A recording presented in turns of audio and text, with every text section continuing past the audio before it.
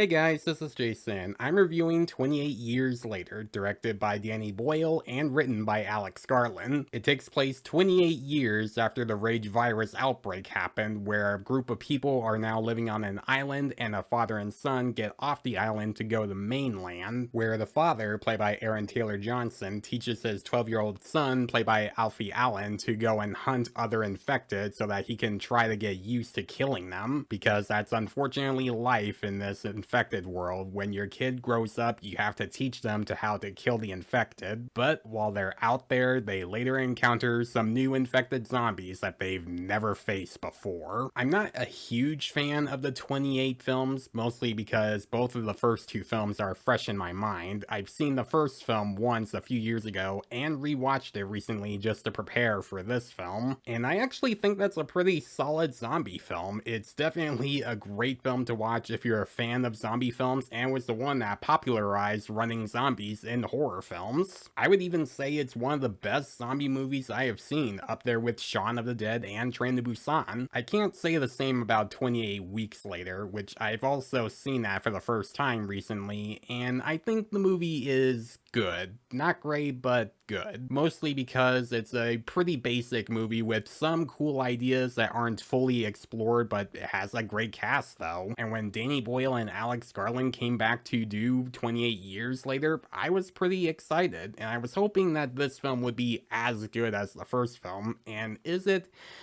Not quite, but I still liked it, and I do actually like it more than 28 Weeks Later, mostly because this film does have more of a style and some interesting stuff with the zombies than 28 Weeks Later had. But after I saw this film, I had to think about it for a while because I had some mixed feelings on it for a bit, where I had to think them through and then get ready to talk about them in this review. But we're gonna get to some of the issues later, so we're gonna talk about the good first. The opening for this film is very chilling. It definitely sets the tone for the rest of the film and lets you know we're not gonna hold back, we're not gonna hide all the violent stuff, we're gonna show you a lot of it. So if you're going to see this film, you might want to prepare yourself for this opening because it really sets you in that tone right off the bat. Aaron Taylor Johnson is good in the film. His character is there to help teach his son how to kill infected when he gets older, because his son is now 12 years old and he's trying to teach him how to get used to that stuff, because that's unfortunately the life that they live in. They have to kill some more infected so that they can survive. So when they get to mainland, he teaches him how to use certain weapons to kill an infected and which ones to look out for and where they have to hide from the zombies so that they can survive. I also like the actor that plays his son, Spike, Alfie Williams, where his character does kind of start off as afraid of wanting to kill the infected because he's not very used to it. He gets scared when one infected comes to him, but he also has to learn how to do that. He has to learn to try to kill some when there's some around him. And that's really because he's living in a horrible time for a lot of survivors, where he has to do everything he can to try to help himself and his parents, which makes this film kind of a coming of age story, because most of this film centers around him and trying to make those decisions to try to help both himself and his parents, where he's also helping his mother, played by Jodie, who has a serious illness that he really doesn't understand yet, where she gets confused a lot and mixes her son up with her husband, and that makes him think that, okay, she needs help, she needs a doctor. And that makes Spike slowly come into his own, where he's trying to help himself and his family while also learning how to kill some zombies. The atmosphere is also a highlight. It makes you feel like you're there with the main characters on mainland and having them to witness other zombies around, which leads to the one scene where they find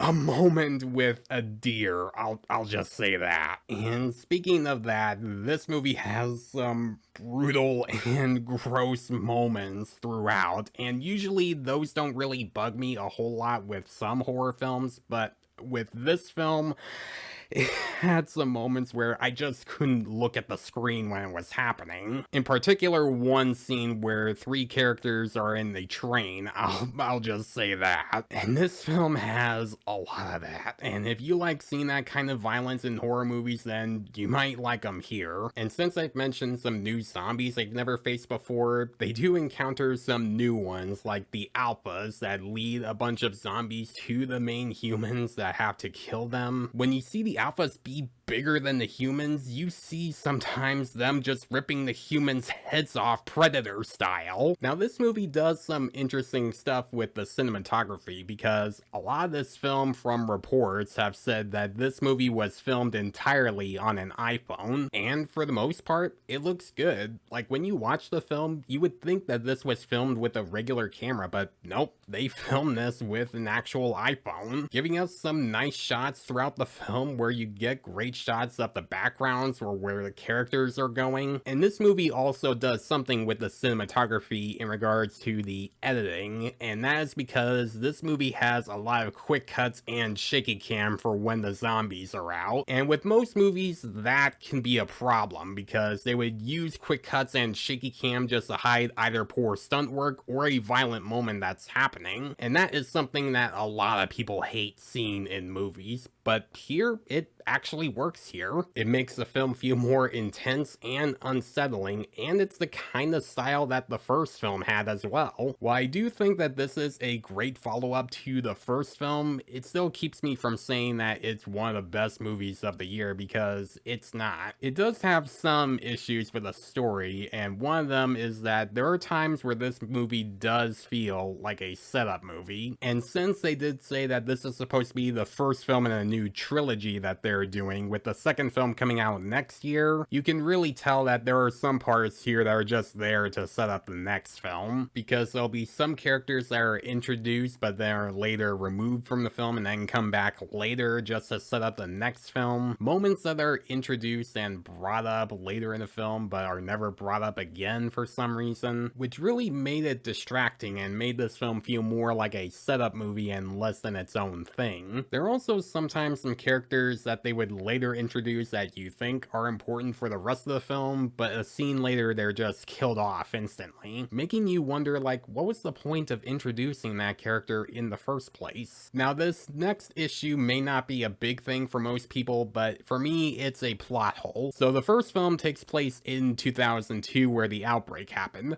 right? And the outbreak has already happened in this film, where they don't have any of the technology that we have in real life. That is until one scene where a character takes out an iPhone and just shows the main character a picture. Like, why is there an iPhone in this movie? And he shows the main characters a picture on his phone, and I'm like, but why is there all of a sudden an iPhone in this movie? Like, why is that there? That is a big plot hole, because the first film didn't have any iPhones back then. iPhones weren't made until after 2002, so it's still strange that they would have an iPhone in this film after the outbreak. Again, I know it sounds like it's not a big deal and it's silly, but it's still like something that's been bugging me ever since I saw this film. Like, is there something I missed? Am I alone with that issue? But regardless of those issues, 28 years later still ended up being a great follow-up to the first film, and it has a lot of stuff people loved from the first film, and it has a little more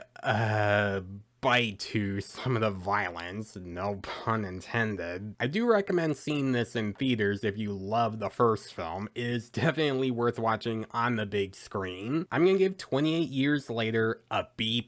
So now that story's done, we now have to wait next year for its sequel to come out, which that one I'm a little skeptical about, because that one is going to be directed by the person that directed the Candyman remake and The Marvels, which both of those films weren't that great. But we'll have to see how this movie turns out. It could still end up being good, although it's also coming out in January. And you know how I feel about movies coming out in January. So guys, if you have seen this film, what do you think about it? Do you think it's a great follow-up to 28 Days Later, or do you think that this is the worst one in the franchise? Let me know in the comments below. And as always, if you like this video, then please leave a like and subscribe to my channel so you don't miss a thing, because it helps my channel grow. Hit the notification bell so you know what other videos I'm posting. Follow me on Facebook and Instagram. Thanks for watching, guys, and I'll see you in the next one.